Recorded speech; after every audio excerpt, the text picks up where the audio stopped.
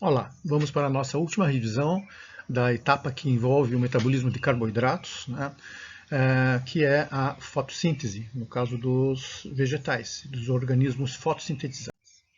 Muito bem, lembrando que a fase clara da fotossíntese, né, a primeira etapa da fotossíntese, é a utilização da luz como processo excitatório, né, do fotossistema 2, naquele centro é, de manganês que ocorre a cisão da molécula de água, né, liberação então do oxigênio, esse oxigênio que a fotossíntese produz e que libera para o ambiente, é nessa etapa que ocorre a partir da água, né, nunca vincular isso com o CO2, né, da mesma forma que lá na cadeia respiratória também, né, na parte da respiração, nós não podemos relacionar aquele oxigênio consumido na mitocôndria pela cadeia respiratória com o gás carbônico produzido, porque o gás carbônico já foi produzido bem antes lá no ciclo de Krebs, né? Mas só fazendo esse parênteses,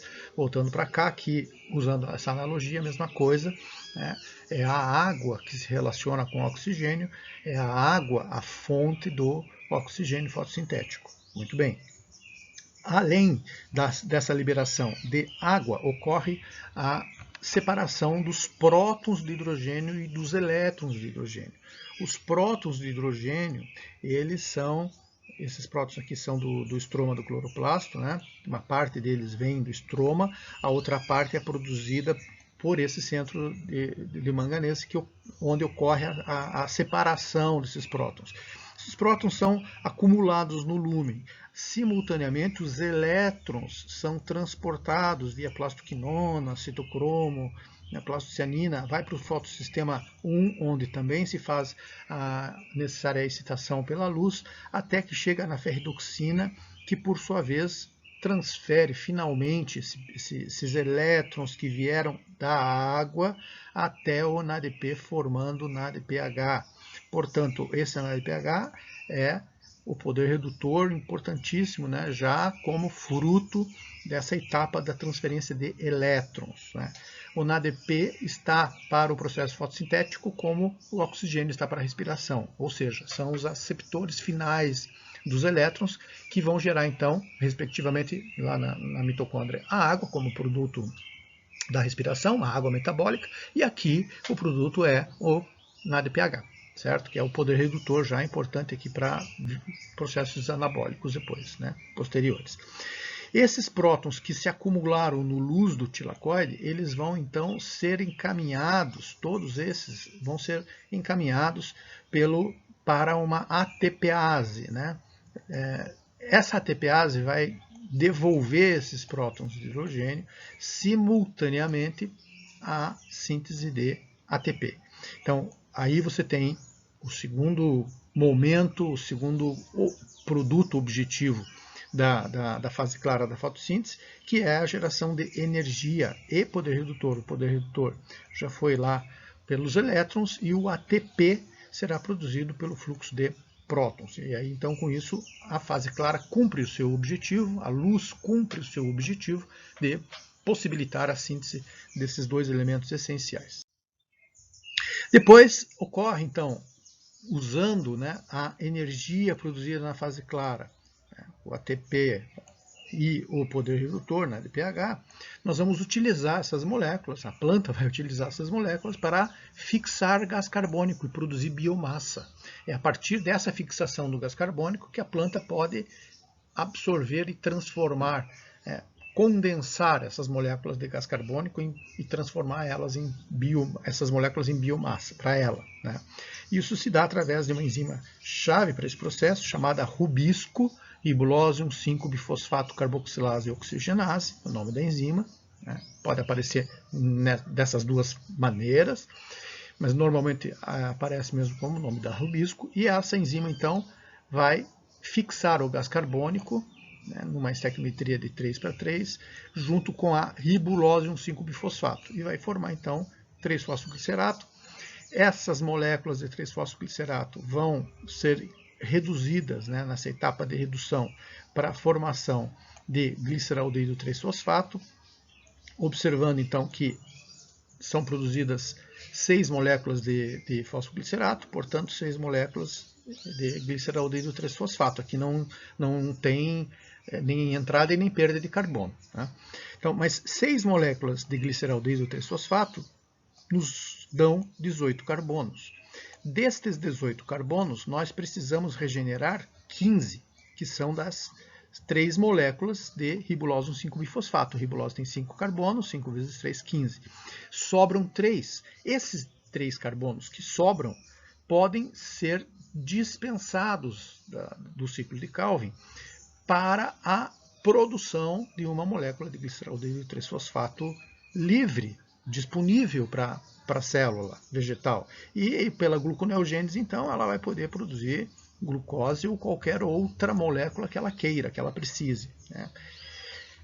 Das moléculas remanescentes que permaneceram no ciclo, essas 5, então, moléculas de gliceraldeído vão, com um gasto de energia, regenerar a ribulose 1,5-bifosfato e fechar o ciclo.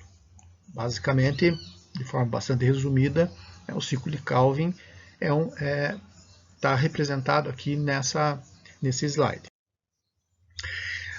O metabolismo de carboidratos em plantas ele é mais complexo na medida em que ele envolve mais possibilidades de regulação e algumas diferenças importantes em relação ao metabolismo animal. Então, a rubisco é um fator importante, né? Nós não vamos detalhar muito aqui, mas a rubisco ela precisa estar complexada, né, com o magnésio para estar ativa, ela precisa ser ativada nessa complexação com o magnésio, né, e aí então esse processo catalisado pela rubiscoativase vai possibilitar a real fixação do gás carbônico.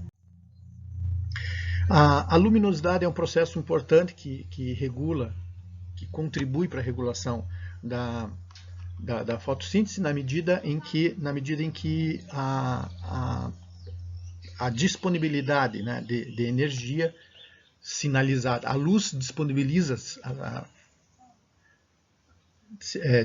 a luz sinaliza a disponibilidade de energia, e essa disponibilidade de energia e poder redutor, então, são os elementos chaves que ancoram, né, todo o processo de assimilação do gás carbônico. Então, um dos processos simultâneos, aquele influxo de prótons que a gente já mostrou lá no primeiro slide da fase clara, ocorre simultaneamente a ele um efluxo de magnésio, de modo que a concentração de magnésio no estroma do cloroplasto acaba aumentando. Né? E esse aumento da concentração de magnésio é um fator importantíssimo, né, no aumento de algumas enzimas, aqui está mostrada a FBPase, relacionadas a enzimas da gluconeogênese. Né? Então, você ativa a gluconeogênese indiretamente, disponibilizando mais magnésio no meio do estroma do cloroplasto, ao mesmo tempo em que você aumenta o pH. Né? Por quê? Porque se você está efluxando prótons do estroma para a luz do tilacoide, então isso também faz com que esse pH aumente no estroma. Então, simultaneamente, você joga prótons para a luz do tilacoide, efluxa magnésio, né? E esse fluxo magnésio, junto com o efluxo de prótons, produziu essa condição, né, de aumento de concentração de magnésio, simultaneamente a um aumento de pH, o que faz a atividade de algumas enzimas, particularmente da FBPase1, aumentar muito, o que favorece substancialmente a gluconeogênese nesse momento. A redução de pontos de sulfeto é uma outra importante ferramenta, né, regulatória na fotossíntese, usando basicamente um desvio dos elétrons, né, da ferredoxina. Ao invés dessa ferredoxina transferir esses elétrons para o NADPH, ela pode transferir para a tioredoxina, que por sua vez transfere para as enzimas que são reguladas dessa forma. São algumas enzimas reguladas dessa forma, enzimas que estão envolvidas aí na aplicação ou na efetivação da gluconeogênese. Também a própria regulação alostérica convencional, né, da via glicolítica, aquela regulação recíproca da via glicolítica e da gluconeogênese, simultânea, né? Através de um mesmo modulador, a frutose 2,6-bifosfato, com a diferença de que lá no metabolismo animal nós temos um efeito hormonal, né?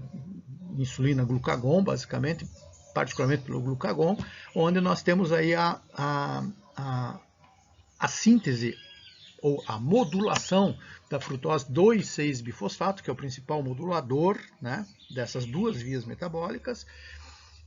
Aqui na fotossíntese nós vamos ter a luz de novo, contribuindo para esse processo, regulando de alguma forma esse processo. Então, quando nós temos uma condição de escuridão, né, começa a iniciar então uma utilização aumentada de ATP pela célula vegetal e gera-se com isso fosfato.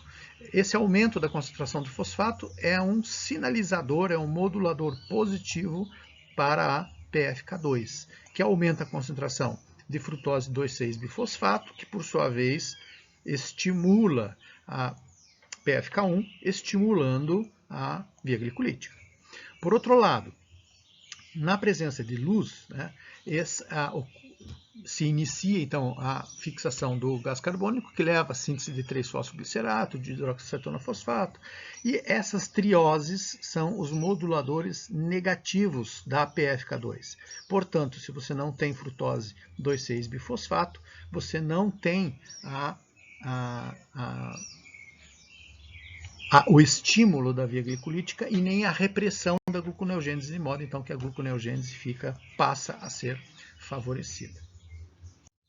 Como já dissemos, a rubisco ela tem uma atividade de carboxilase, mas também uma atividade de oxigenase, ou seja, ela pode tanto fixar gás carbônico quanto oxigênio, né?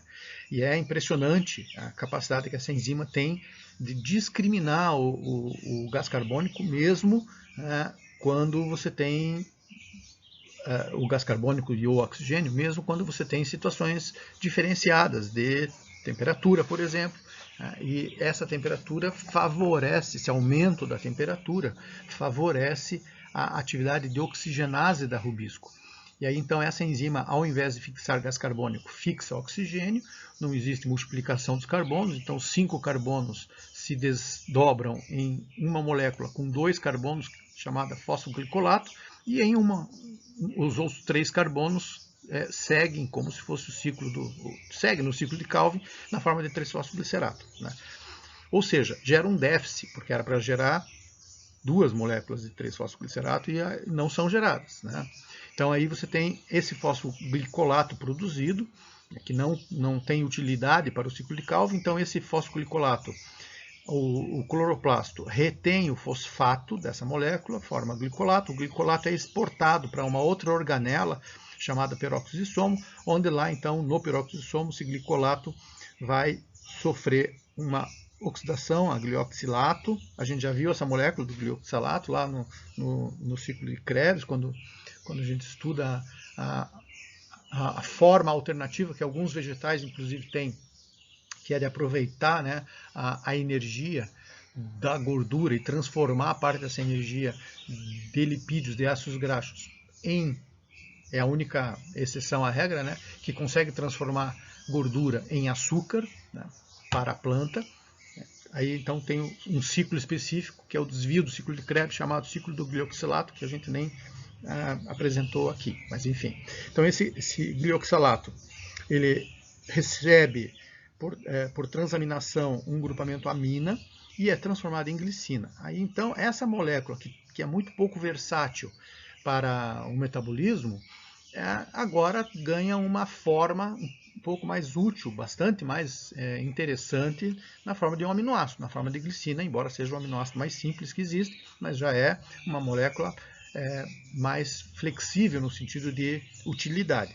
Então essas moléculas de glicina que são formadas no peróxido de somo são encaminhadas para a mitocôndria, e lá na mitocôndria então 2 moléculas de glicina se condensam para formar uma molécula de serina. A serina é um outro aminoácido que tem 3 carbonos, certo? E as moléculas de glicina têm 2 carbonos cada uma, então isso forma 4 carbonos, né? São 4 carbonos disponíveis para essa reação. Ocorre uma reação de descarboxilação. Então, nós temos aí a perda de um carbono dessas 2 moléculas de glicina na regeneração, na produção da serina, né? Essa reação também consome oxigênio. Como consome oxigênio e como produz CO2 na mitocôndria, embora não seja derivada da cadeia respiratória propriamente dita, mas então, e para discriminar da respiração, se dá o nome dessa via de fotorrespiração, né? Por isso, essa é a via da fotorrespiração. Essa serina volta para o peróxido de sódio, onde ela vai contribuir com aquele grupamento amina, devolver aquele grupamento amina para se condensar com mais uma molécula de glioxalato e formar mais uma glicina. Essa serina, então, vai a glicerato e esse glicerato, então, retorna para o cloroplasto, onde poderá, com gasto de energia, ser transformado em 3-fosfoglicerato. A segunda molécula de 3-fosfoglicerato. Mas perceba que para isso ocorreu a perda de um carbono. De cada 4 carbonos, apenas 3 são recuperados. E por isso esta via metabólica também se chama a via C3, ou a via da fotorrespiração. São as plantas C3, são aquelas plantas que acabam executando essa via metabólica na tentativa de resgatar um pouco, aproveitar um pouco dos carbonos do fosfolicolato, né? Uma parte dos carbonos do fosfolicolato, na verdade 3 carbonos de cada 4, né? Para diminuir a perda. Né? Mas para isso ela gasta energia, ainda assim é uma energia que compensa esse processo, por evitar a perda de mais carbonos ainda. Ao longo do processo evolutivo, né, então se desenvolveu uma outra estratégia, que é a planta a via de Hatch-Slack, ou via das plantas C4. Essas plantas elas desenvolveram uma característica anatômica adicional, né, elas produziram uma camada a mais de célula, chamada células do mesófilo, e essa célula do mesófilo é onde você tem os estômatos abertos. Só que, ao invés dessa célula do mesófilo apresentar rubisco, que é suscetível a desenvolver uma atividade de oxigenase pelo aumento da temperatura, ela não faz isso, né? Ela usa, nessa célula do mesófilo, ela fixa esse CO2, né, do ambiente, ela fixa esse CO2 através da fosfenolpiruvato carboxilase. Né? E aí então você transforma fosfenolpiruvato em oxalacetato. Esse oxalacetato vai a malato, o malato atravessa por uma junção chamada plasmodesmatas, ela acessa a célula da bainha. E lá na célula da bainha, esse malato é reconvertido em piruvato pela enzima málica. E essa reconversão gera CO2. Aí você pode se perguntar, sim, mas a rubisco não está com a atividade de oxigenase aumentada? Sim. A afinidade dela pelo oxigênio não está aumentada? Sim. Mas e por que ela vai fixar o gás carbônico? Porque não é apresentado para ela oxigênio, é apresentado apenas o gás carbônico. Então ela acaba fixando esse gás carbônico da forma convencional. Esta via, né, que precisa regenerar o fosfenolpiruvato, e para isso também se gasta muita energia, chama-se a via das plantas C4, porque ela consegue fixar os 4 carbonos. Né? E não existe perda dos carbonos. Para isso ela precisa desenvolver essa camada a mais de células, o que tende a tornar essas plantas, essas folhas, né, com uma situação um pouco mais grosseira, né? Ela aumentou uma camada a mais de célula. Então, normalmente aumenta cílios, aumenta uma série de outras características da fisiologia vegetal que contribuem para esse processo.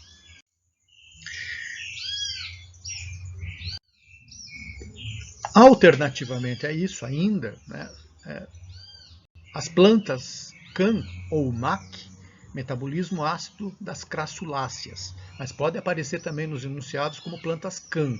né? Essas plantas foram descobertas nas crassuláceas, né, nos cactos, enfim. Elas usam uma estratégia semelhante às plantas C4, só que numa separação temporal, ao invés de ser uma separação anatômica. O que essas plantas fazem, né? Durante a noite, em que as temperaturas estão menores, aí ocorre a abertura dos estômatos, onde o CO2 é absorvido. Esse CO2, então, ele é absorvido pela fosfenolpiruvato carboxilase da mesma forma, né, para a formação de oxalacetato. Repare aqui que a sigla também muda, né, do inglês para o português. Então, ácido oxaloacético ou oxaloacetato é a mesma coisa, certo? E então esse fosfenolpiruvato forma oxalacetato. Esse oxalacetato vai a malato, é transformado em malato, e esse malato é condensado, é armazenado em vacúolos, ok? Isso durante a noite. Durante o dia, essa reserva de ácido málico é reconvertida a piruvato, onde então ocorre a liberação do CO2, que será utilizado pelo cloroplasto da planta, né? Ou seja, mesmo com os estômatos fechados, em que não ocorre a absorção de gás carbônico, esse gás carbônico é disponibilizado durante o dia, porque durante o dia nós temos a luz gerando produção de ATP e NADPH, o que viabiliza esse processo para a planta durante o dia, né, num ambiente em que ela não está exposta ao oxigênio. Com isso, então, nós encerramos a nossa rápida revisão de bioquímica da parte de carboidratos, que é o que mais se explora, né? E espero que tenha contribuído aí para relembrar alguns aspectos importantes. Um abraço a todos.